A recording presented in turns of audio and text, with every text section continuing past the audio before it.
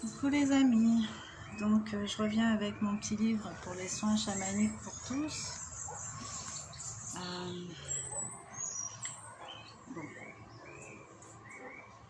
On peut avoir une âme chamane, avoir été chamane dans une autre vie, et si on a été dans une autre vie, ben on est encore dans cette vibration parce que c'est une très très haute vibration. Après il y a des gens qui vont vouloir expérimenter, ou, voilà, qui sont un petit peu attirés, on va dire, par tout ça. Donc certainement ça résonne par rapport à une mémoire, à du vécu. En tout cas, tous ceux qui ne sont pas de lignée directe chamanique, c'est-à-dire que mon père, mon grand-père, tout ça l'était,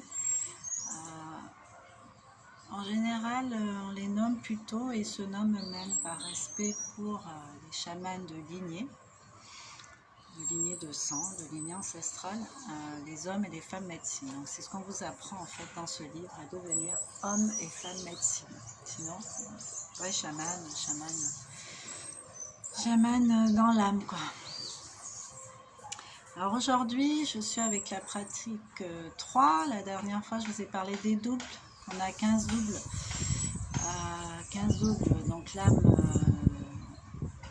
a 15 versions.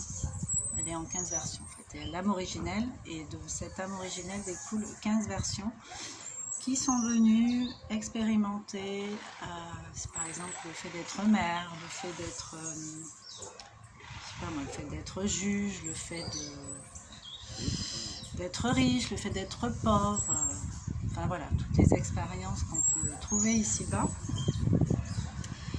Et bon, moi je vous avais dit que j'ai identifié déjà au moins 2 doubles, voire plus. Voilà, donc c'est assez troublant. Ça peut être avec la ressemblance physique, hein, il y a une différence quand même entre sosie et double. Donc sosie, c'est vraiment quelqu'un qui nous ressemble physiquement. Moi j'ai déjà identifié des doubles qui me ressemblent aussi physiquement, mais ce ne sont pas que des sosies. Sosie, la ressemblance physique est là, et puis ça s'arrête là. Et quand on regarde un peu dans la vie du double, on se reconnaît, on reconnaît les grandes lignes de notre propre histoire, et c'est ça un double en fait. Donc aujourd'hui, en pratique 3, on vous propose de purifier, de remplacer la peur, comme par hasard. Hein, c'est vraiment mon thème actuel. Donc du coup, je tombe tout le temps là-dessus, sur les peurs. Et du coup, je vous en fais profiter aussi. Donc, si tu as peur d'attirer des présences obscures, tu peux augmenter ta propre lumière de plusieurs façons, en appelant ce en quoi tu crois, en fonction de ta foi. Ça peut être Dieu, Bouddha, Allah, voilà. Ou bien en appelant toute présence que tu souhaites si tu es dans une spiritualité laïque comme moi-même, hors de toute religion, en leur demandant de nettoyer la peur et de remplacer par de la confiance en toi, par de la confiance en la vie et par de la confiance en ta capacité à n'appeler que des présences positives auprès de toi. Cela va renforcer ta croyance en toi. Si tu n'es pas croyant, tu peux aussi faire appel à un des esprits des 5 éléments, la terre, l'eau, le feu, l'air ou l'éther. Voilà. Une fois que tu as fait ceci, demande-lui simplement, quand tu as fait ton choix entre soit le Christ, soit Allah, Bouddha, enfin, comment dire, l'énergie qui t'appelle en fait, ou alors un des 5 éléments, parce que là on rajoute l'éther.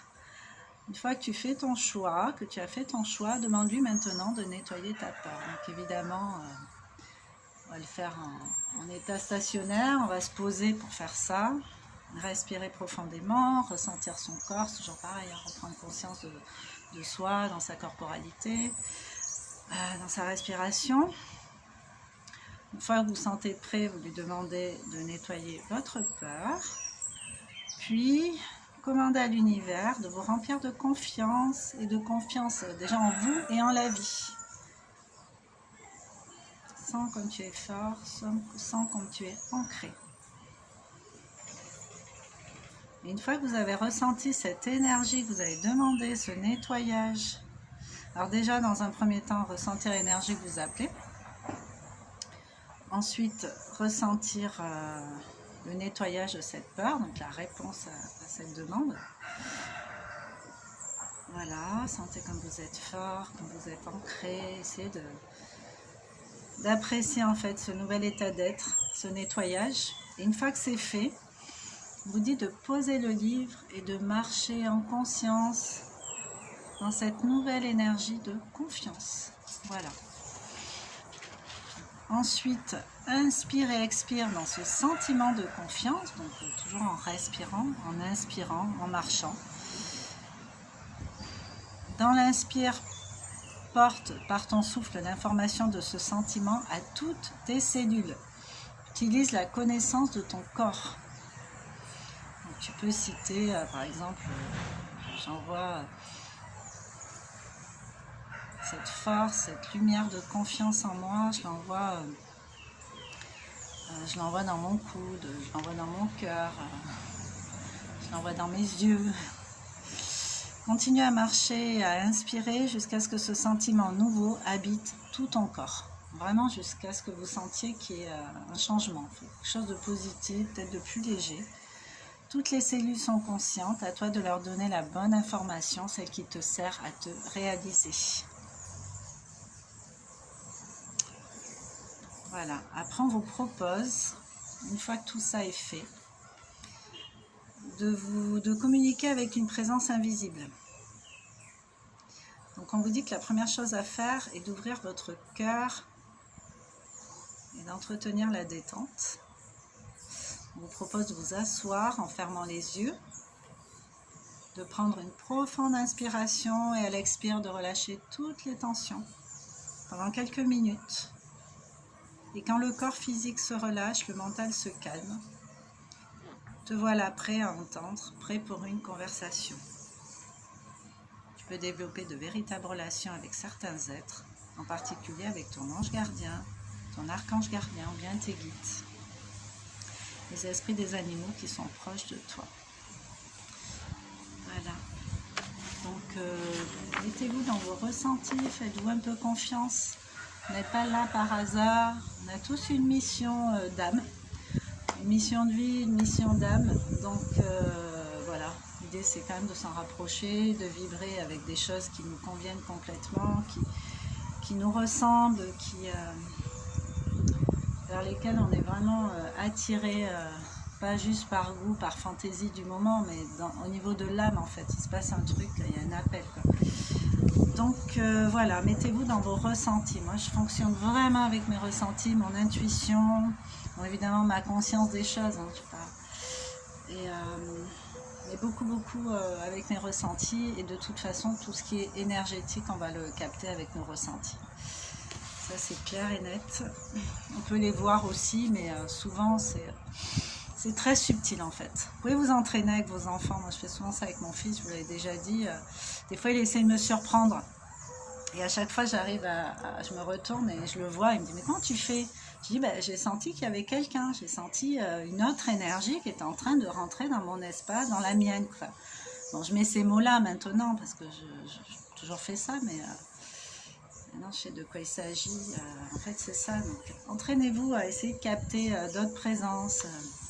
Même quand vous jouez à cache-cache, par exemple, vous pouvez même y aller avec vos mains comme ça pour essayer de ressentir soit de la chaleur ou une autre vibration que celle habituelle. Donc voilà, j'espère que ces petits exercices vous auront plu. Je vous souhaite une bien bonne pratique. Dans ce livre, si vous voulez l'acheter, vous avez ce qu'on appelle des biomètres pour voilà, ce genre de biomètres pour voir qui sont vos animaux, enfin vos animaux. Oui, il peut y avoir des animaux dans les guides, mais par exemple, qui sont les guides protecteurs pour vous. Lesquels sont-ils? Voilà. Donc, il y a vraiment beaucoup de possibilités. Je ne vais pas toutes vous les citer. C'est super intéressant. Voilà. Bon, sur ce, bonne pratique. N'hésitez pas à commenter, liker, partager à ceux à qui ça pourrait parler. Prenez soin de vous les amis, à bientôt.